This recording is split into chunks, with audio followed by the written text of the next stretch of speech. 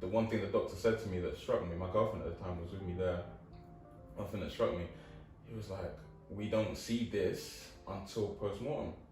Every institution looked into themselves saying, shit, what can we do now that we know we can't ignore this now? It's all over the world. And I think that might not even just be something to do with rugby, that might be with men in our generation. Also, there's always something better we can do. Yeah. So just give ourselves, sit back, you're doing fine, bro. Yeah, I was saying things that nobody has ever heard me say, or nobody would imagine that I would say, because my music's quite introspective, and it is that outlet for me.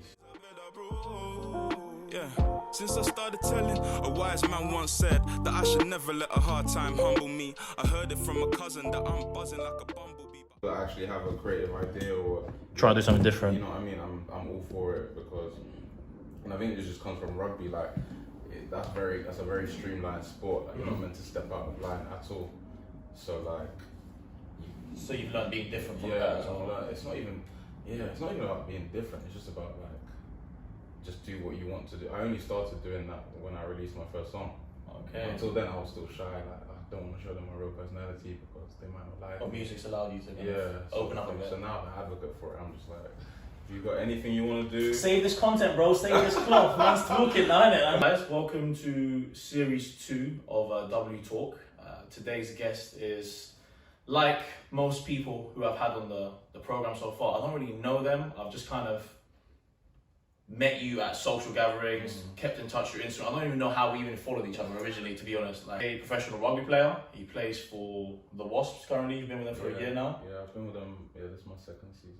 But you've been with like 4 other clubs. You played for Saracens. You played for a few. So we'll get into your rugby career, but we'll even take it all the way back to you at secondary school. Because once again, I kind of knew you from then, but I didn't know what your kind of aspirations were, what your plans to do in life. And then obviously touch on to what you're doing now, which is music, which is not really a common thing for, let's say, rugby players to do. You just see rugby players. I don't really see any rugby players doing something creative or like eventually becoming a music artist, let's say. So let's take it all the way back to, as we were just talking downstairs, you went to QE Boys. Was rugby a kind of predominant sport there? Was that kind of like the main sport? Which it was massively. Yeah, it was completely the main sport in the winter because I was playing football in primary school. Okay. So up until I was 11, I was trying to play football. But got to the school, grammar school, great school, rugby in the winter, cricket in the summer. So you've always been into your sports? Yeah, always. Does that come just through family, or just like, do you have any older brothers or younger brothers? No, I'm the oldest. It's just me and my younger sister, and she's not into sports whatsoever. So I'm not too sure. I think it just comes from the enjoyment I get out of it. Competitive. And it's team sports. So like pushing yourself, pushing your friends, and getting sort of reward and getting that family feel. I think maybe subconsciously because I've not had a brother or anything like that. So that kind of brotherhood, maybe. Yeah, the brotherhood, and solidarity, and so that's, I can see a link from there. So QE Boys playing rugby. I mean, when did you? I mean, like, kind of what was it like playing like part of PE? Let's say was it rugby, and then when did you decide to really get into rugby and like make it maybe, let's say, your passion or something you really wanted to dedicate yourself to? I think I always liked it, and because I was a bit bigger at that age. So you naturally big when younger as well? Yeah, I was naturally drawn to it a little bit. But I didn't really try hard at it too much until I was, say, about 15, 16, and that's when the county stuff comes into play. So you're playing for your county, you're going around the country playing against different counties, and then the England age group starts at under 16 as well. So, and that's when Saracens came and picked me up. I was about 15, 16. Oh wow. So pretty young. Yeah, so I think that's when I decided, right, okay. Then you're seeing the older players and you're thinking, right, could that be me? Let's have a look and see if that can. So but before kind of Saracens, when you were like 15, 16, did you have any kind of aspirations when you were like younger, like what you wanted to be when you're older? Were you kind of, let's say, were you good at education? Were you smart at school as well? I worked very hard. Like QE Boys was one of the hardest schools to get into at that time. Yeah, it was. Yeah, no, I remember. I think I applied for it. I lacked. Yeah. So I tried. I flopped. Yeah, but I'm Nigerian, so very academic. Like always trying to push the academics first. So I worked quite hard in school. I wanted to be an architect. Oh, okay, nice. When I was younger, so I was trying to work hard at physics, trying to work hard at maths, trying to get a little bit of design in there. So did you go to college as well? No. Oh. When as soon as sort of rugby came, that sort of went out of my head a little. Not straight away, but I was kind of like, I think subconsciously I just thought, right, trying to juggle both of them wasn't really working for me. So made the decision just to focus on one. Yeah. And what was your kind of, once again, you're saying Nigerian, so they can be very strict on, okay, let's just push education, we want you to just focus on education. Maybe they even knew that rugby wasn't the best paying sport either. So how was that? How did you deal with that? Telling them, look, yo. A bit difficult. I didn't think I ever made a decision out loud. Okay. But it was just gradually in my actions. Like I always still tried very hard at school. I went to a good sixth form. Went to Haileybury, in Hertfordshire. So what did you study there? I did art. Jeez, like always. I did art, psychology, and geography. And yeah, I dropped physics after the first year because it's hard. Boy, yeah, it's hard, man. Physics, AS. Yeah, I got a U in physics. Honestly, it spun my head. So I dropped that after the first year, and then I finished with art, geography, and psychology. So. Maybe.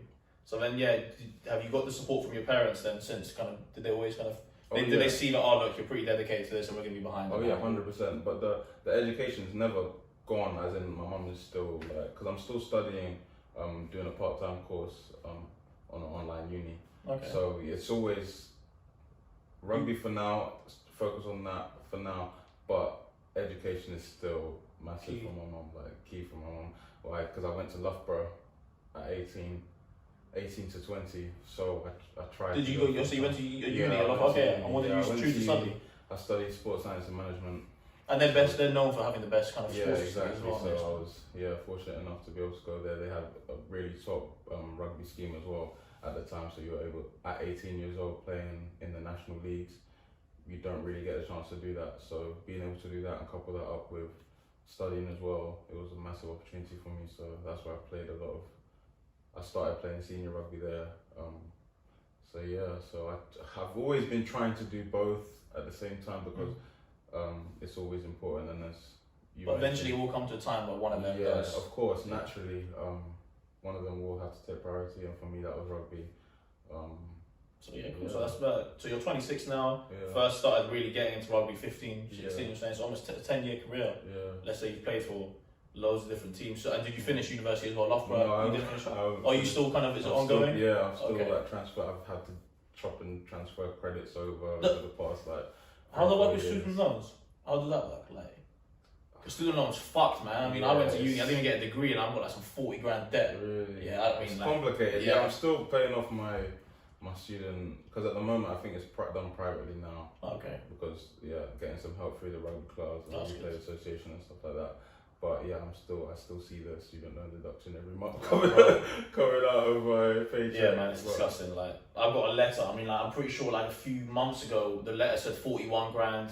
A year later, I've obviously been paying more. It says 43 now. I was like, what do you mean? Like, so I'm paying it off and it's going up. Like, they're violating, man. They're proper like a trap. Taking the piss. Yeah. So I mean, let's go to, before we get to music, let's go to kind of rugby as a sport. Because it is a pretty popular sport, especially in England as well. It's known for being like a manly lad sport. The attendance of some stadiums are like 15 to 20,000, so there is a crowd for it. You know what I mean? Have you kind of thought over the years about like why it's just not as on the same level as football, let's say, which is equally kind of as manly? I mean, it is a popular sport and people love to enjoy it, but I feel like it's a certain type of people in this country, sort of thing. It's not as accessible as I think it is. We were having this discussion over lockdown. It's not as accessible to everybody. So like in certain schools in London, they wouldn't have the facilities or ability to teach rugby and bring that into. But football's easy. Football, everyone knows football from as soon as they can walk, sort of thing.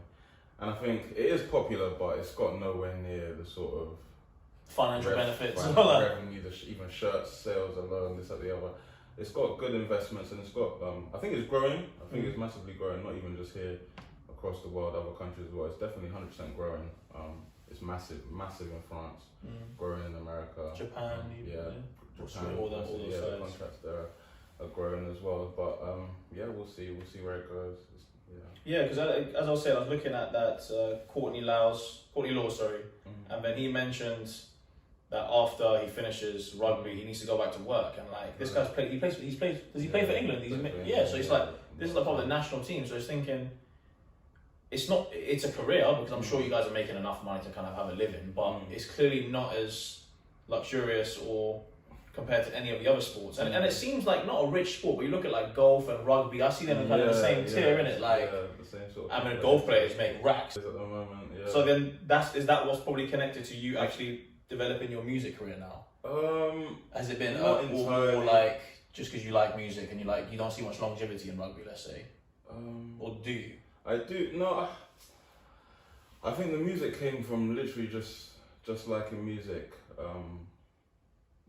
Just enjoying it, and I've always been a person. I don't really speak a lot, so like my friends, my family, I don't really delve into like emotions and all that sort of stuff. Pretty quiet guy. I'm pretty quiet. Like, get on with it. Something negative happens to me, deal with it, move on. Deal with it, move on. And I think some of those emotions that I was dealing with across the years were getting bottled up because there was no outlet. So then I found myself writing a lot of poetry when I was like 20. So yeah, writing a little bit of poetry. And you've used that. Writing thoughts, and if I get a thought, try and rhyme that thought the next week. It'll literally take me like 3-4 months to write one song, because I'm not trying to write a song. I'm literally just collating thoughts in my notes and then seeing where it gets to. So yeah, my first song was literally a poem of thoughts that I wrote over the space of like. When did you release your first song? It was in 2018, so June 2018. Were you nervous releasing it? Because based on you being a reserved guy, like you put in. Nervous. I was saying stuff that because I'm a big guy as well. A big guy, I'm a rugby player, perceived as this hard man, like no emotions. And yeah, to some extent, I don't blame people for thinking that, because when it's time to work, when it's time to do certain things, I can be switched on in that regards. But I was saying things that nobody has ever heard me say, or nobody would imagine that I would say. Because my music's quite introspective, and it is that outlet for me. So I was really nervous. How did you do it? Like, were you ever doubting yourself to release it? Were you maybe saying, who helped you maybe push yourself? I wrote it a year before it was released. Like, I finished writing. So you were thinking for the whole time? The whole time I was playing it to myself, because I wrote what I liked, so I was just enjoying it. I was just playing it to myself. Then I think it was around March time, I started playing it to other people in my team. And they were like, "What? I would listen to this." That's like, You're lying. But everyone, I didn't get one bad feedback. I know maybe some people were trying to be nice people. But genuinely, genuinely feedback was good. So I thought, you know what? Let me just put it out there. You've broken the seal, that kind of thing. Let me just put it out there. So, because these people closest to me are the people whose opinions would matter the most. And if they like it, let's see where it goes. Let's see. So how many songs have you released since then? That's since 2018. I've been slacking on it. I've got about 4 singles out right now. So that's about 2 a year or whatever. But I've just finished an EP, which is I'm hoping to release in November time.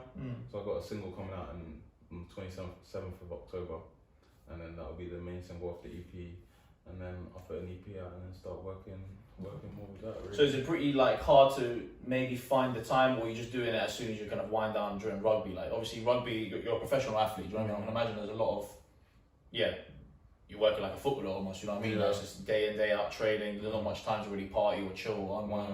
So do you just find the time, or just like throughout evenings, you write a little bit and you're just doing it bit by bit? Literally spot on, that's exactly what it is. Like, if I get a little bit of downtime, I'll write something. If I'm driving, that's why your voice notes are amazing.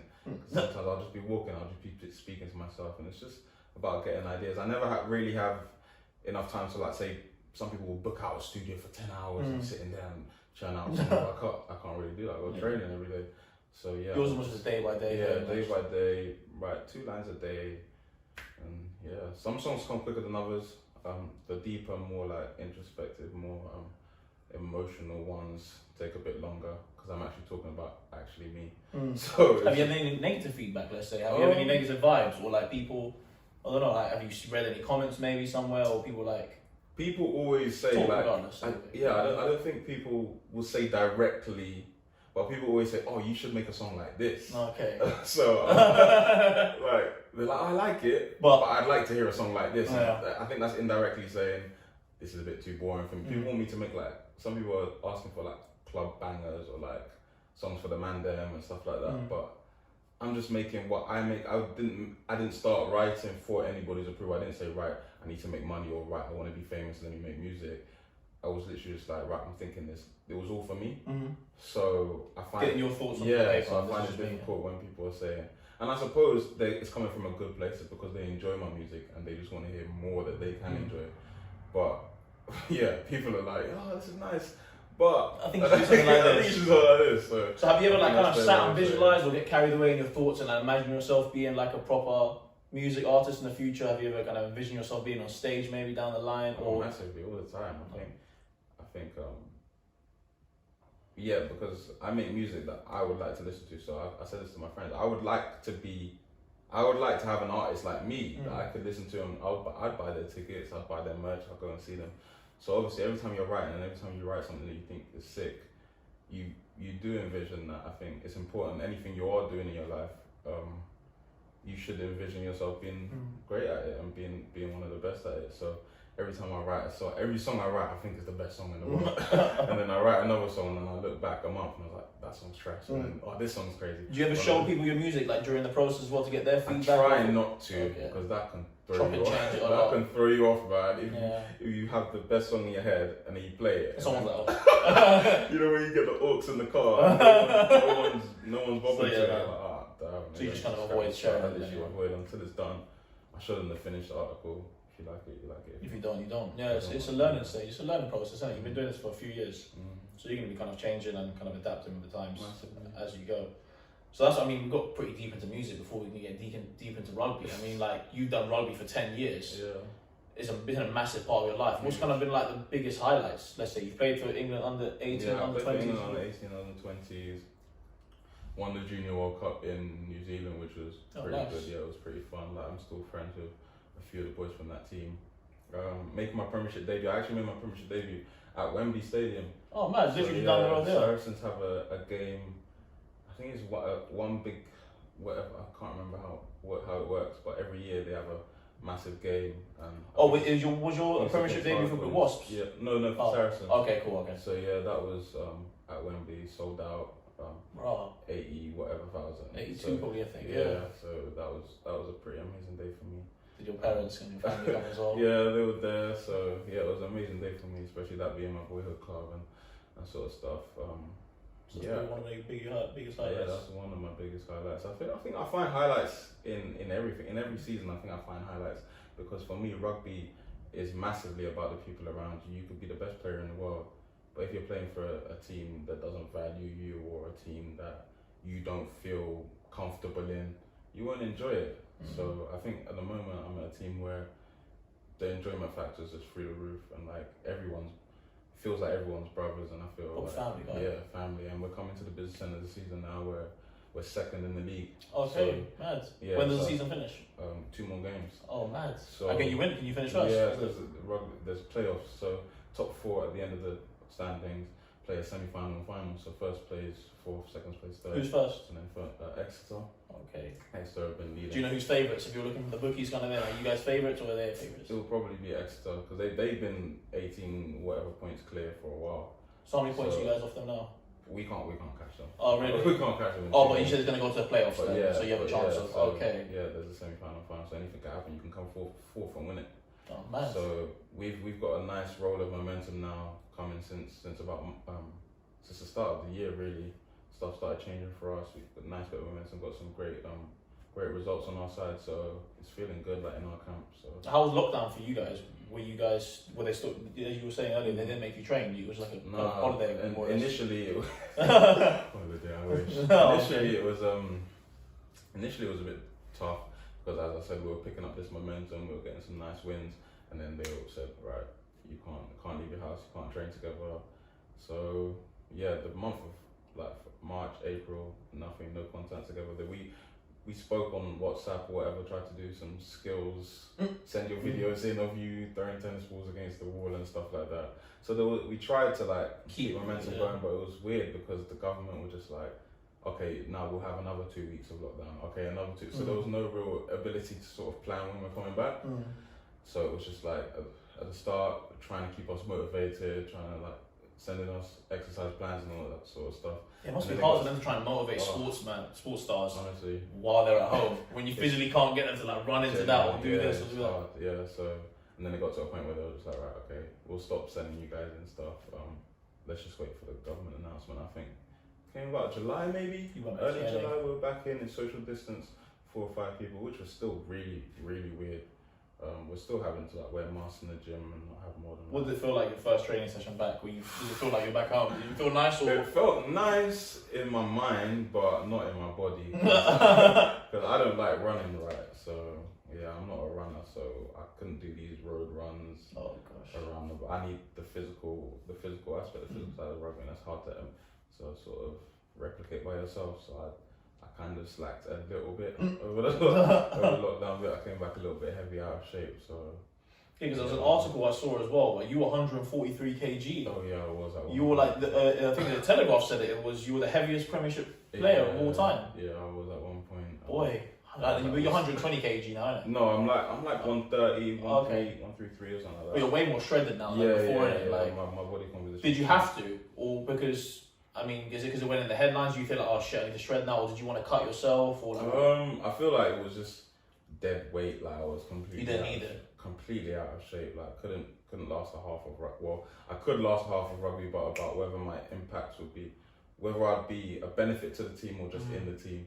Because I'm a sort of player like. Did you make that decision yourself? Did you think, or like was it kind of coaches and? Obviously, yeah, but nobody actually.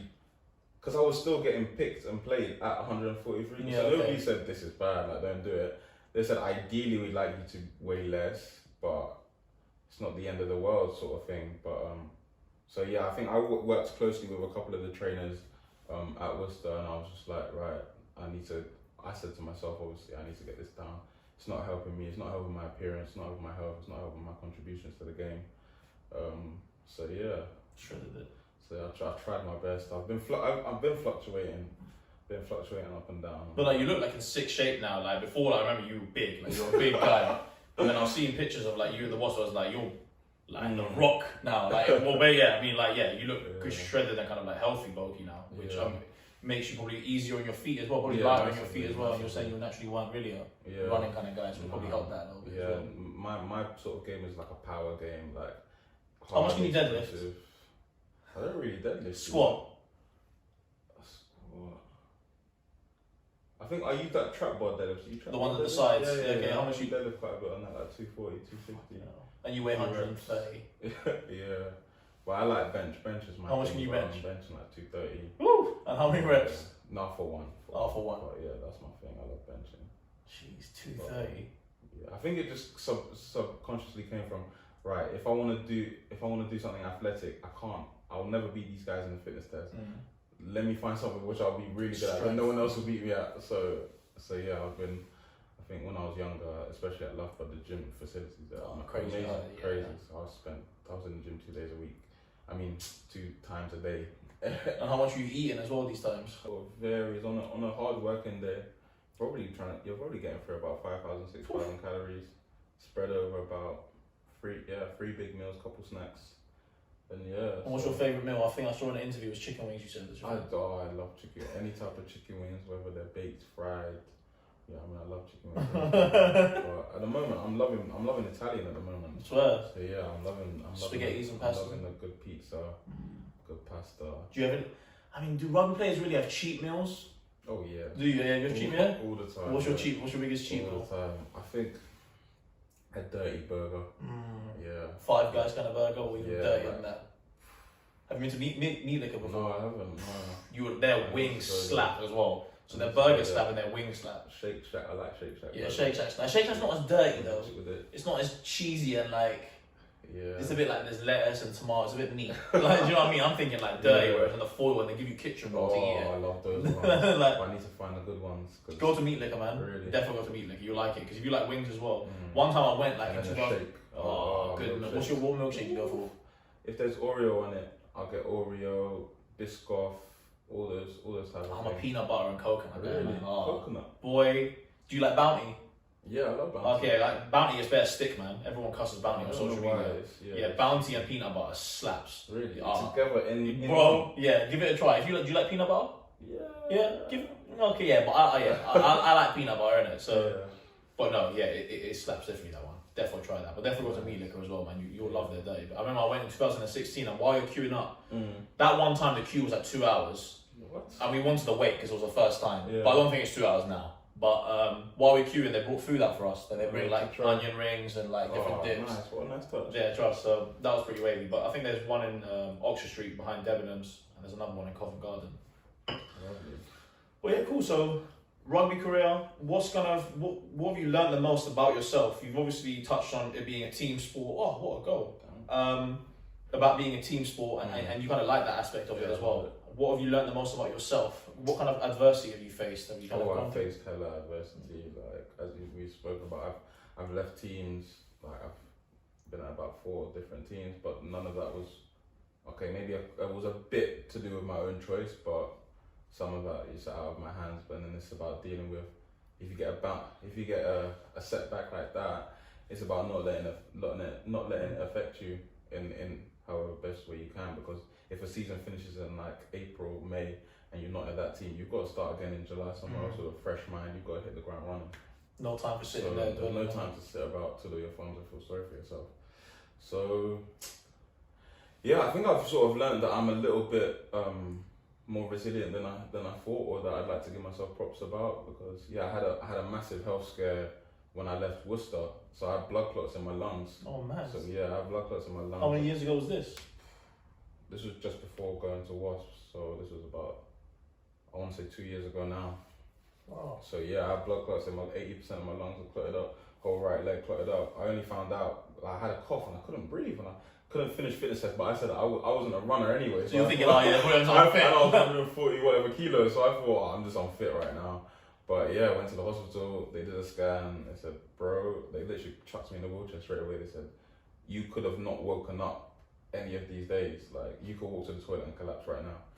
I said, yo, Jesus is on my side, like, so that was a massive setback. And where did this, well, for such a, you're obviously a sports star, how are you against a mad blood clot like that? They said it originates in your leg, so it have to originate in your leg, but then if you don't treat it, if it's not treated or if it doesn't, because your body naturally breaks down clots, so if it's clotting fast and it's breaking it down, it's just building, and if you don't know it's happening, it will just build and then break off and then go to your lungs. But obviously they said one of the saving graces was that I am a professional athlete, so I'm using the system every single day and I'm strengthening it. Like there was like the one thing the doctor said to me that struck me, my girlfriend at the time was with me there, one thing that struck me, he was like, we don't see this until post-mortem. Like you don't get the luxury. What happens is someone doesn't wake up and then they look at it and then they look at it, oh that's why. You don't see it until post-mortem. So he was like, it must be like God was on your side, that boy. Thankfully you're somewhat athletic and trying. So that was a massive setback because I was meant to go to France and play for a team out of France. I had a nice contract there, but and then that stopped it completely. They said, because when they didn't know what the cause was, they said you might have to just stop sport. You might have to be on blood thinners for the rest of your life. Too much uncertainty, yeah. For the rest of your life, we don't know. So then I spent the whole summer doing tests, like finding out is it hereditary. That must have annoyed you a lot, man. Like you planning to go to France, have a career there, live there, and that's just being stopped like all last minute. Yeah, and while you're on blood thinners, you can't play any contact sport because you get any physical hit, and you'll just, because your blood's so thin, it doesn't allow it to clot, so you'll just bleed out or you get bruises. So like, you can't play sport. And I was like, wow. My life's rattling right now. Everything rattling, but so I've had to overcome that. It's still got its ongoing things that, because honestly, I could go on forever about this. It put so much strain on my heart because obviously the blood's going around, but it's not being able to come back in. So then one side of your heart, the ventricles, are just trying to grab the blood. Honestly, so. Wow, I'm good now, thankfully, but it's just things like that.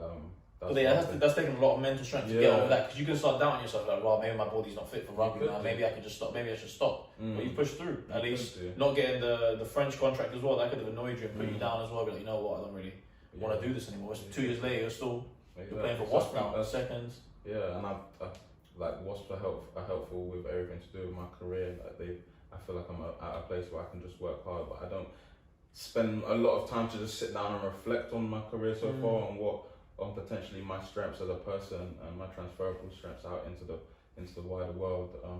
But I'm thinking, rugby's taught me a lot about myself, but it's a sport where you do stay humble. You think next job, you think, right, let me get my head down. You don't really sit back and think, hold on, I'm actually doing all right. And I think that might not even just be something to do with rugby. That might be with men in our generation, also, there's always something better we can do. We Yeah. can't ever just give ourselves, sit back, you're doing fine, bro. It's true. You know No, what I it's mean? true. Yeah. Especially as men, you're saying, we'll constantly keep pushing ourselves Constantly. and not really satisfied, and actually look back on your life and like, you know what, I'm actually Yeah. doing all right. Like, Yeah, let's exactly. slow down and actually take a breather for a second. Like. Exactly. Interesting, man. That's interesting for sure. So, massive kind of health setback 2 years ago. I mean, now we're fast forward into now. I mean, did lockdown, because you weren't going into the kind of training as much, did you have a chance to do more music?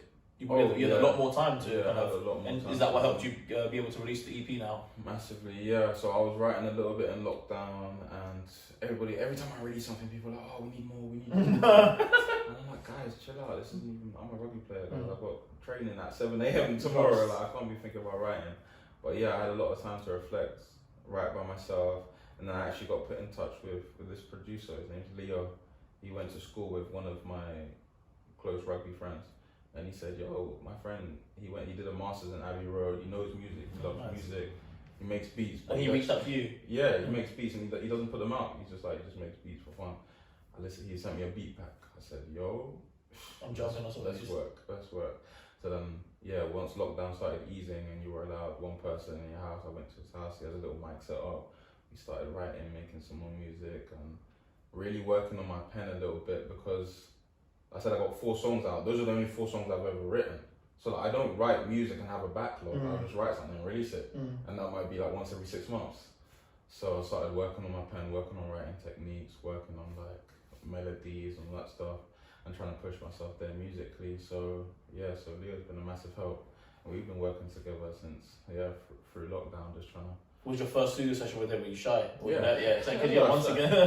Because I'm not really an artist. Trust. Like, I'm not a musician. Like, This guy's putting his knows time, music. yeah, Honestly, like- he can play instruments for days. He just will just bring out a flute, bring out a trumpet. You know what I mean? Get a guitar, like a piano. So I'm like, this guy knows music, and I'm coming here with my dusty voice, like try to sing and talk about girls. And so I was hella nervous, but we've come a long way. Like now I'm singing quite a bit. I'm experimenting and doing different stuff. So I can't wait for people to hear this new music. But yeah, lockdown.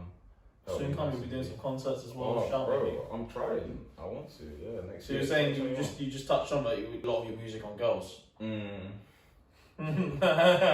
I just find women interesting. You know, I'm just interested in them, like how they act, how they relate to one another, how they relate to guys, and every one of my encounters with a woman.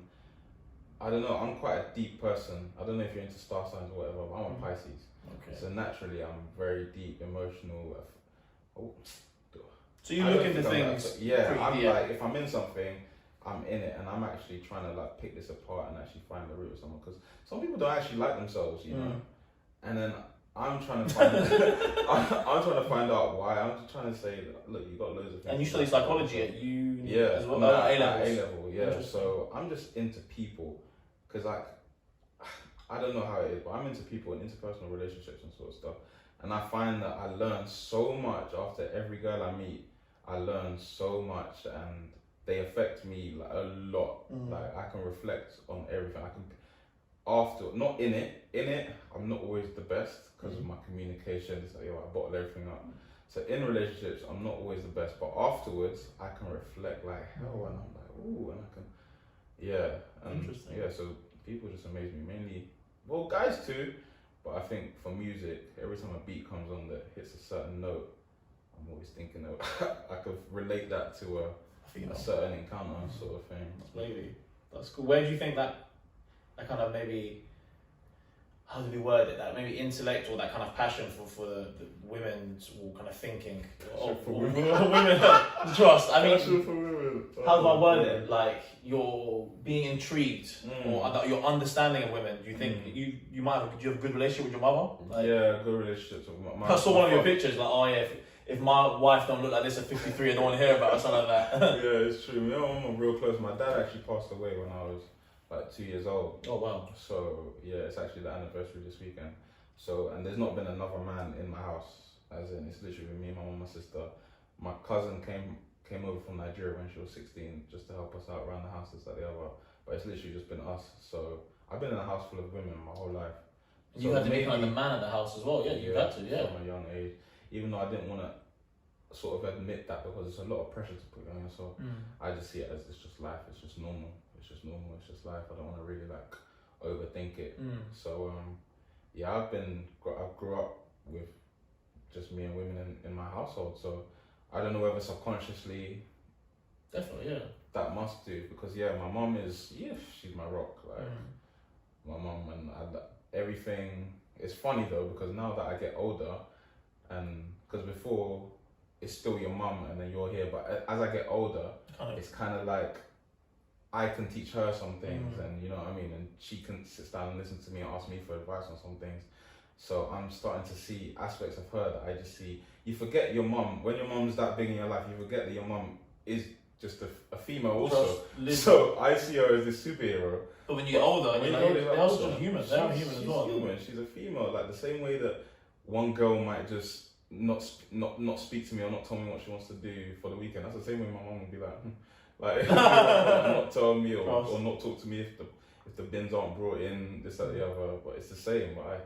So like yeah, as I'm getting older, we're getting closer, and yeah, so maybe that has something to do with it.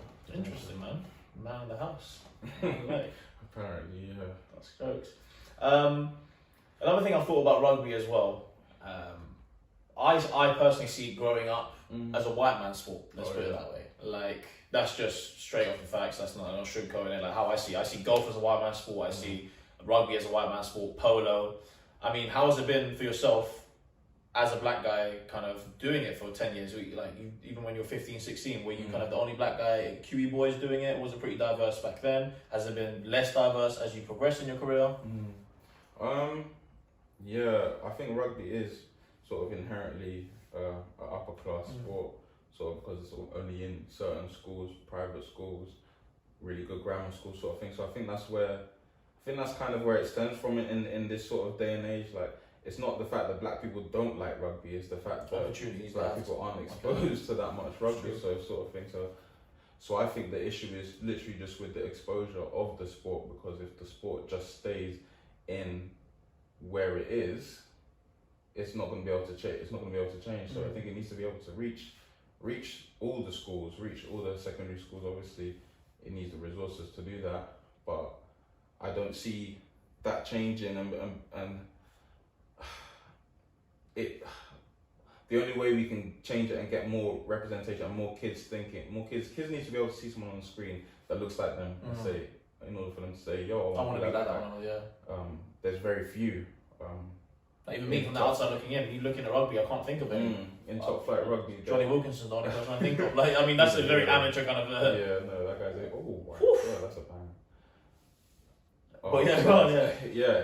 So someone to look up to. Like, yeah, you need somebody to look up to, and I think as kids, you're very simple. Like, if you see somebody that you like that looks like you aspire to be more like them. If all the people that look like you are doing football or music, then that's where you're gonna. That's where. Do you think your son will get into rugby? Oh. He'll look at the size of his dad and be like, oh, hopefully, shit. Yeah, I want to be a good role model. I want to be a good role model. I want to be. It's crazy to think about it that way, but you will be someone's role model. Even now, you'll be someone's role model. Someone's looking at you, whether you like it or not, whether you know it. I think they'll take some sort of inspiration. You know what I mean? Yeah. So I think that's important to have that representation, and I think it's definitely growing in rugby. And we've had some conversations over the lockdown, obviously, with all the Black Lives injustice that happened sadly during the lockdown, over the pandemic and sort of stuff. I think there's a huge growth in awareness and huge growth in clubs actually wanting to help and wanting to, because nobody noticed. Obviously, the disparity wasn't like straight in your face. Obviously, it was always there, but nobody was kicking off about it, and nobody until this year. And then everybody, I think every institution looked into themselves saying, shit, what can we do now that we know we can't ignore this now? It's all over the world. Everyone knows that about white privilege. Everyone knows about black people suffering, about pay gaps, about, you know what I mean, families, housing, all the social injustices, opportunities, everything.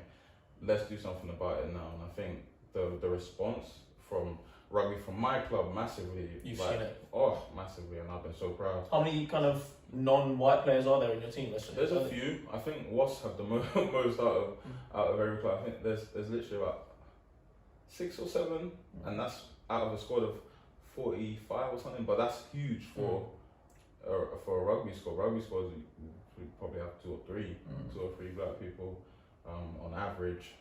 So yeah, the response from the league, the response from the people to sort of say, right, how do we change this now? How do we get the sport more inclusive? How do we balance out all the disparities that have been caused, maybe directly or indirectly due to race or social class or all those sort of things. So you've seen that at your massively. club. That's good. So I'm happy with the direction it's going in. So. I mean, you touched on that you haven't faced any sort of racism in rugby, kind of on the pitch. Not overtly, like nobody's come and called me I'm sure people have thought stuff or. But you've never heard this. Certain things have been happening to me based off. Because you're talking about your old clubs, but you left some of them. It was out of kind of your control. Yeah. Some of the adversity you faced. Yeah. What were some of the reasons? No, that's just like. Just career, like. Just like if they don't feel like you're playing well enough, or like there's your counterparts are playing better than you, or there's not enough salary cap space for you, sort of thing. So just little things. So those are the main reasons. I mean, racism kind of outside of rugby, have you faced? Because you're a big guy. I mean, who's been racist to you? That's what I'm saying. Like, who's brave enough to be? But have you? I mean, you might have not. I mean, like you went to QE Boys as well. Once again, like this could be an ignorant kind of perspective, but I saw QE Boys as a white school again. Like once again, you went there, so you might not see it as a different way. But like from different secondary schools, if you walk past a school, you see them. Like I saw that school as like a white school. Let's say you might look at other schools like my one, CCF, Bishop Douglas, loads of Indians, Pakistanis, and Somalians. It wasn't really a white school. So like even back then, like from let's say secondary school in your life, have you faced much of it before? Oh yeah. No, and the sad thing about it is not everything came through me. So a lot of it came through parents' evenings. My mum got the brute really? My mum didn't tell me until I was older because teachers would just disrespect her. Being a single black mum, teachers would say to her face, "Your son is not good enough for this. He's not good enough." Meanwhile, why would I not be good enough? My grades are fine. Teachers are saying, "Yeah, he's not going to amount to much." And were there many black kids in your year? Yeah, I have black friends, but the thing is, you always feel like there are more because all the black kids hang around together. Yeah. So you feel that's all you see. So but when you actually look at it, probably not. But yeah, throughout all schooling, my mom faced a lot. Like people were disrespecting her all the time because of me. I was a playful kid, but I was never disrespectful or harmful. So, but I think some teachers, not everyone. I'm not blaming any school or like body, but individuals within them. Yeah, they didn't like me for whatever reason, and I never got that because I was. So you're a kid, man. You're a young kid. I'm a kid, yeah. So I never understood. Like if I get suspended for a haircut, I'd think, oh man, it's my fault. Yeah, you when wouldn't really think they put that rule in place because it only really affects black kids. Because what other kids go and get a skin face. And did you get banned from school? Yeah, hella times. Mad. Hella times, like. And as you were saying, back when you were younger, you didn't think anything of it. You didn't think it was a raceway. You don't think anything of it. You just think, oh, I'm unlucky. Like if you and your friends, or you and your white friends are doing the same thing, and then you get in more trouble for it. Oh, I'm just unlucky. Meanwhile, my mom's trying to tell me, B, you got to buck up your ideas, work twice as hard. There's people, and I'm thinking she's just giving me regular mum chat, like she's just talking, she's just worried. Until I got older, and I actually had the chat with her. Like I think it was a few months ago. I was like, Mum, honestly, I don't know how you've done it because I'm seeing things that you saw, and you saw while having to raise 2 kids, work, and you know what I mean. So how did you have to deal with it? I'm just responsible for myself right now. And it's a bit overwhelming for me. So yeah, definitely. Great job. Yeah, it's not easy at all, man. Not easy at all. So growing up through that, only realizing later, looking back. But I think again, people have gone back to those institutions, those schools. Especially, I know definitely for a fact, I was emailed about something to take forward to QE Boys to sort of address any race issues going on there. I'm not sure. Well, recently. Literally over lockdown. They invite you to go to the school and actually. No, as in the black students teamed up, made a group, and sort of said, right, we're gonna go to the school with a spokesperson man. and sort of address what's going on, because then people are telling their stories, and then a guy from like 3 years before me or after me is saying the same things happened to me that happened to me. Meanwhile, I was just a kid. I thought, oh, I'm just unlucky, you know. But yeah, there was attempts to try and keep black boys in a certain place. Whether it was, I don't think it was a statement made to do this, but it was definitely clear that, yeah, the black boys had to work a lot harder and had to do a lot more. Oh yeah. I had to do a hell of a lot more. So like even someone that's, I mean, I'm not black, but I'm an ethnic minority. Like even being Iranian myself, you do have to work twice as hard. Yeah. Man. You do, and like people, like there's certain parts I might even put into this. But even my girlfriend always wants me to grow my beard. My girlfriend loves me with my beard. Really? She literally loves it. Like, but I was like, you know what? My office is just full of white guys. You might think that it's not that deep, but it's very deep in having a beard, man. They might look at me and the first thing in their head, even subconsciously, they might think terrorist. And that's straight facts. I know it's unfortunate. I know it's like, oh, we don't want to think that way. And I don't think that way. I'm just like, life's a game, man. You got to play the game. Do you know what I mean? It will stunt my growth in the corporate world if I walk around with a beard. And that's just a straight fact. But that's what we need to change, though. Like, Trust. The fact that you growing up, that's just an inherent thought for you. Like you don't think you're thinking about it. You're just like, that's just life, but it shouldn't be. No, trust, yeah, we shouldn't. You know what I mean? But goes yeah, like years, man. Like That's just, yeah, it's a techie one, but like yeah. Like that, but this year's been a massive changing point for the world. Yeah, like huge. as you're saying, it's people can't ignore it now. Like it's there. Like, you're a dickhead. You're racist. You're racist. I'm sorry, big man. Yeah, it's You're mad racist, because what's going on in America is just wild, man. sad. Like. Yeah, Sad, it's absolutely like what England sees is nothing compared to like what goes on in America, man. Like America's wild. I mean, have you ever faced any kind of mad things with police in the UK or anything mad? You wouldn't have to. I mean, I don't know. Yeah, I think it's just it's all subjective, really. Because I find like if I'm stopped for anything, I find that mad. Like whether I'm being beaten up or like being shouted at or being abused, I think that prejudice enough, because I know me, I walk around, I'm not doing anything wrong, but the fact that somebody has seen you and thought, let me harass you, literally just because you're black, I find that mad, and I get angry. So whether you can't really compare different people's experiences with race or with anything in the UK, but yeah. I mean, race is a mad one, man. I mean, like the whole. It's wild when you think about it. When you actually sit back and deep it, it's just insecurities, man. That's what I think about it. Like why, like these guys are just like they some of them are jealous of black people, man. More time, they're just I'm like they're talented. I mean, how people want to think about it. I think all humanity came from Africa. Some people, white people, don't even want to believe that. Like, you know what I mean? It's just like, that's straight facts, bro. Like, so it's just like I find it so mad. You can be racist to like the origins of humans. Like so much beauty has come from Africa. Even space exploration. Like I don't know if you've seen a movie Hidden what's it called? Hidden Talents or something. Hidden Figures, yeah. But it's like those 4 black women that worked for NASA. Yes, and they helped NASA get to space. But they had to hide them in the bunker. They weren't allowed to use the toilet. They weren't. Bro, and then these are the people that. And then I'm watching Elon Musk's Tesla, SpaceX. They're looking at the space station. It's a room full of bare heads. There's not one black person there. I'm like, are you like? I'm sure there's some smart black guys out there, man, or black women out there that can do what you guys are doing. Why are they not there? These guys helped start. So it's just. Yeah, it's wild, man. I mean, when I originally met similar sort of thing. What movie is it? The Banker. I haven't seen that, no. Bro, that's a great movie. It's also about there was this smart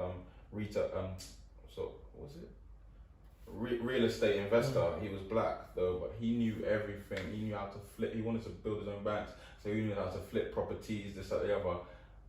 He couldn't walk into a bank and ask for a loan because he was black. So he had to hire a white guy to go do it for him. And he taught him everything. He was literally, obviously this was before you could have like bugs in your ear, but he taught him everything. He gave him a script to go to the bank to get his loan, and they had to do that. Just to do something where he should have been able to do himself. And they became very successful in America. I mean, you should watch The Banker. Honestly, it's a great film, but it's like he literally. Who plays the main guy?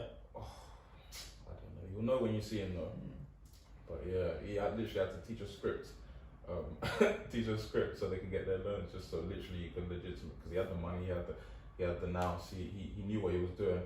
But black skin couldn't get a loan in a bank. Literally ancient stigmas just to try and keep people suppressed, like saying that your black hair looks unkempt or untidy when it's messy, when dull, it's the natural like, way that your hair grows. I'm pretty sure Head and Shoulders on the advert say, dull, afro. last week. Like, it was dull, dry, brittle hair, and the blonde hair was nice. And it's like, what?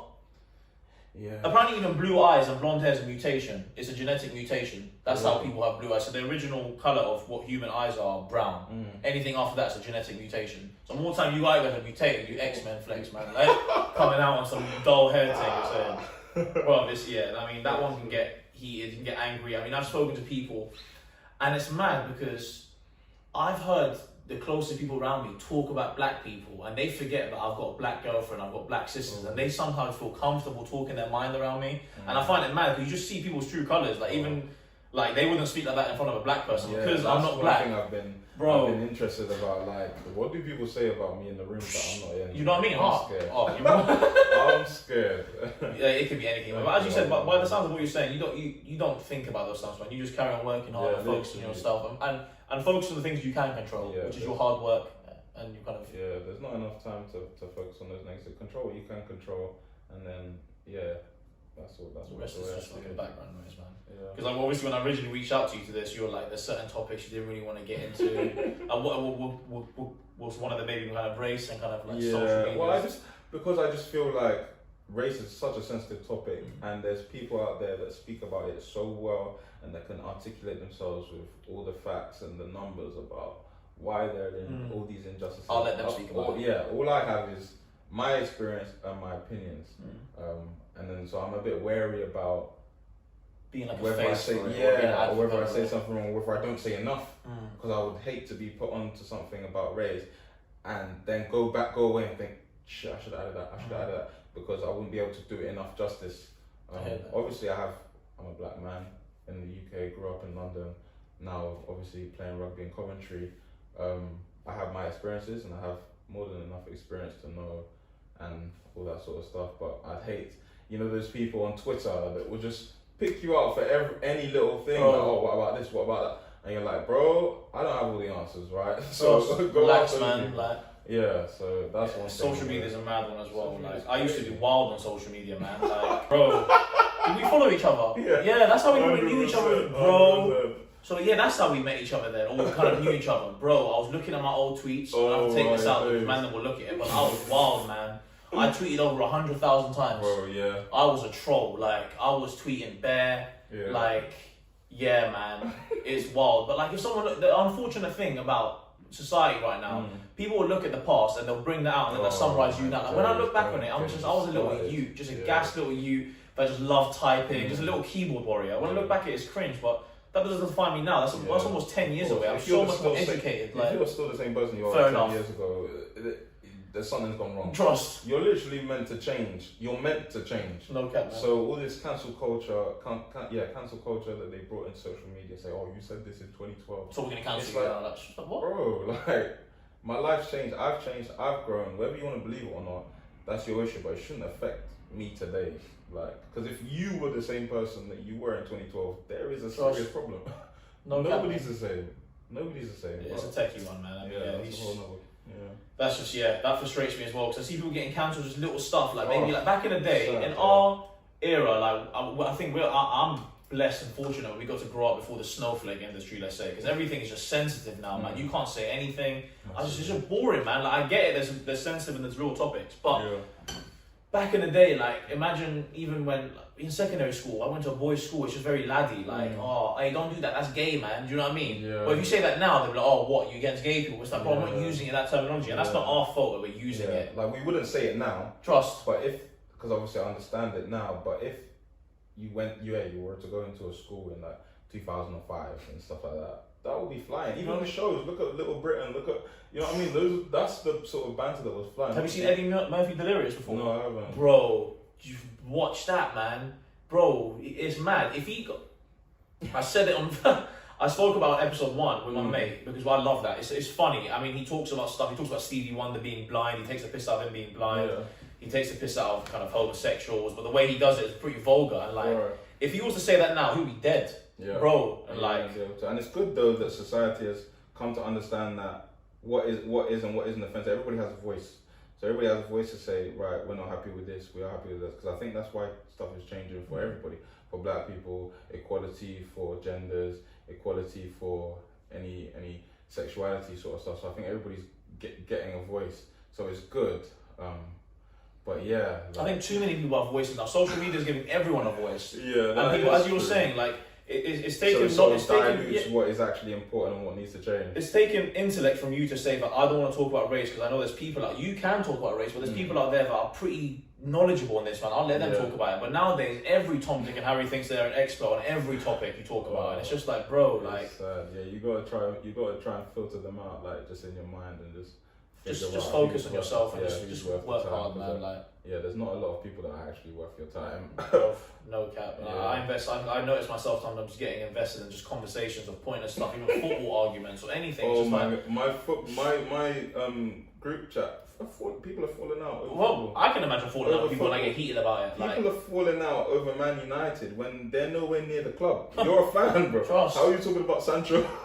Why people are falling out over Sancho. Oh my god. It's silly, man. It's absolutely But yeah, I mean, I've learned. I think looking back on it, like when I was younger, like it was definitely more immature. Like I've still got my flaws now, but as I growing up now, like you just got to focus. You just got to grind, man. Just stay drilled, work hard, and just forget the background noise. Because there's so many distractions nowadays, man. You get lost in the source. Instagram is mad. Like scrolling through Instagram can just rattle your head, and it even rattles as men, as you're saying. We're always pushing for more. Always.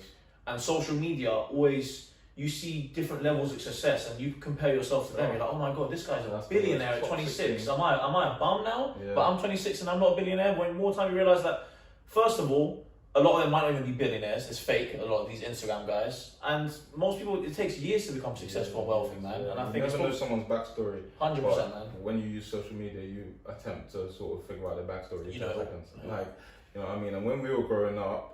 Yeah, when did Twitter come in? Like, say... 2010? Yeah, something like that. Yeah. It was all still quite new. Instagram was... Nothing. Bro, Instagram was nothing. So, like, we've got a real sense... Thankfully, we can see, right, that's not real. Or that is... But I feel sorry for the kids, like, the people that are... Born into this now. The kids that are, like, 11 years old now. Like my sister, man, my sister's age 11, and like with the younger one, I have to keep on top of her, man. Like, she downloaded Snapchat, I made them delete that. What do you need Snapchat for at 9? She had it at 9 years old. What do you need Snapchat for? Honestly. Like, they can be open to any madness, man. There's open to sick people out there. And the mad thing is, it's not the fact that they're just obviously they are open to a lot of information, all that stuff, but they're open to the entire world that you don't know is fake. Because that's what you're born into. Trust. The whole of social media is fake. It's codes on a screen.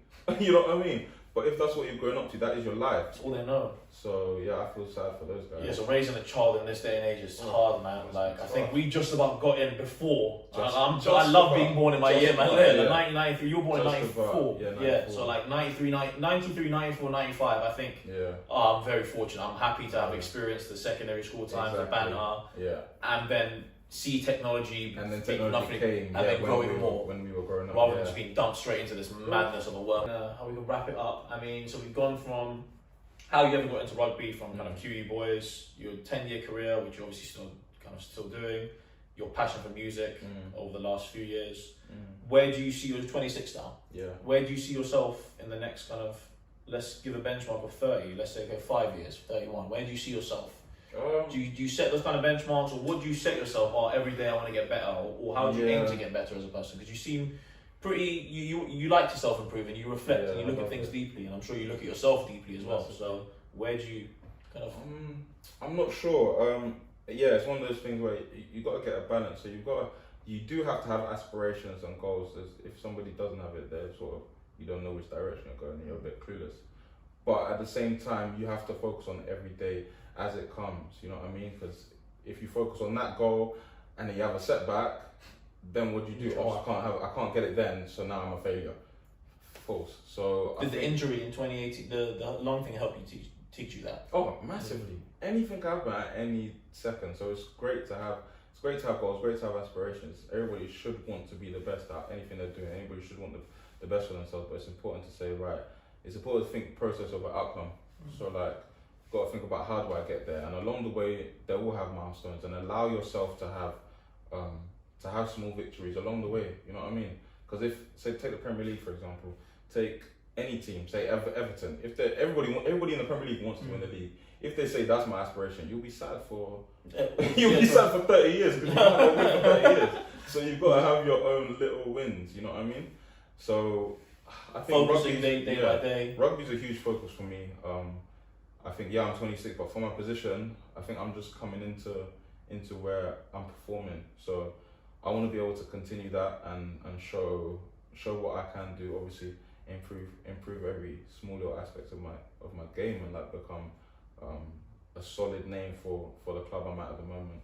I have ambitions to play nationally, so I've still got a long way to go. Is it hard to get into the national squad? I mean, of course, it's how you've got to be the best in your position in the country. So yeah, and the main thing is consistency. So I think where I've failed is a strong word, but I think where I've stumbled along my career is a bit of consistency. Like I'll have a storming game, and then maybe potentially not back that up to the same degree in the next game. So I think I just need to improve that consistency. In a few years' time, I want to be playing rugby week in, week out. I want to have won things with Wasps. Where music will go, who knows? I still want to be involved in musical entertainment to some degree, because we were talking about post rugby earlier, and I have one eye on it. I'm not trying to plan for post rugby now, but with the small. When does post rugby usually come age wise, on average? Mid-30s, so say 35, 36. 10 years. Some people are playing until they're like 38, some people retire about early 30s, but my main thing is that I want it to be on my terms. I don't want to have to be searching around for a contract or trying to drop a couple leagues so I can keep playing because I don't know what I want to do, sort of thing. If I drop a couple leagues to keep playing, it's because I'm enjoying it, it's because I want to, sort of thing. So with one eye on post rugby, I've just known that the time I've spent in the entertainment industry, just the people I've met through music, the events I've been able to go to, and like some of my friends do festivals and do that sort of stuff, and I'm massively interested in that. So hopefully over the next few years I can sort of build that, whether I'm performing music or whether I'm even managing or just producing music. I want to be in the music entertainment industry to some degree. Hopefully rugby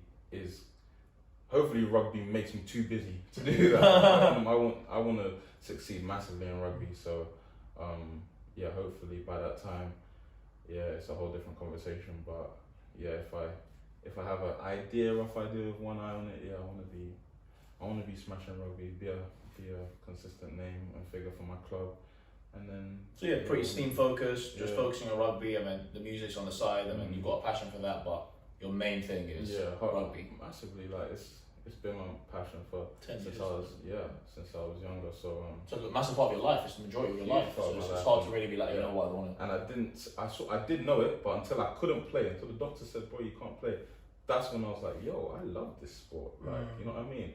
You don't know what you got until it's gone. Cliche, but I was in a bad place. I was like, "What? So you mean I can't play now?" When But what is it like? What you mean? So like, so never play again. Like that takes what I can give you a heart attack there and then. And then you realise how much it means to you. So that means a lot to me. Music means so much to me, and I want to keep creating. I want to keep. I want people to be singing my songs. I want, you know what I mean. I want to be making stuff for real people, like real music for real people. So if you had to put your kind of music into to the people out there that might be watching this, and let's say what you might be similar to. Obviously, you have your own unique thing. You're not trying to be like anyone else, but. If you had to be like, if you like this type of music, you might like me. And where can people find your music as well for the people out there? I think I'm on Spotify. I'm on Spotify and Apple Music, definitely. I think I'm not sure what other streaming platforms I'm on at the moment. SoundCloud at all? No, there's no SoundCloud at the moment. But Spotify and Apple Music, you can find me. Hopefully soon YouTube, some videos and stuff like that. But my music. I think it's a combination of a few people. It's very UK, so the delivery is very like apologetically UK and how I'm rapping, sort of thing. So that might remind you of like a Loyal Kana.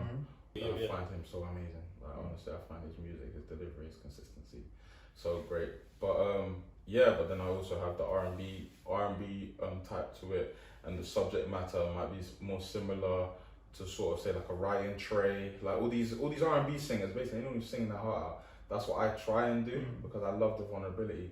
So I think it's a combination of that sort of thing. But But yeah, I think it's just real music that from the heart. from literally from As cliche as that sounds, from the heart. deep inside you, sort of the stuff that you would say, the stuff that I would say to like a therapist, but I don't have one. So that's that's what type of music is, and I think that's what it shocks me how many people can connect with it, because it is the thoughts that people think, whether we like it or not, or you say it or not. If you've been through some sort of thing with a female, it could be relationships with your parents, friends, or a significant other. Like there's messages in there that relate to all three of those. So I think it's just like. No, I can imagine you having a funny music video as well, or like creative, because that video you done on Instagram, bro, I wasn't even exaggerating. I kept watching it over and over again. I genuinely found it funny. Like the one stop.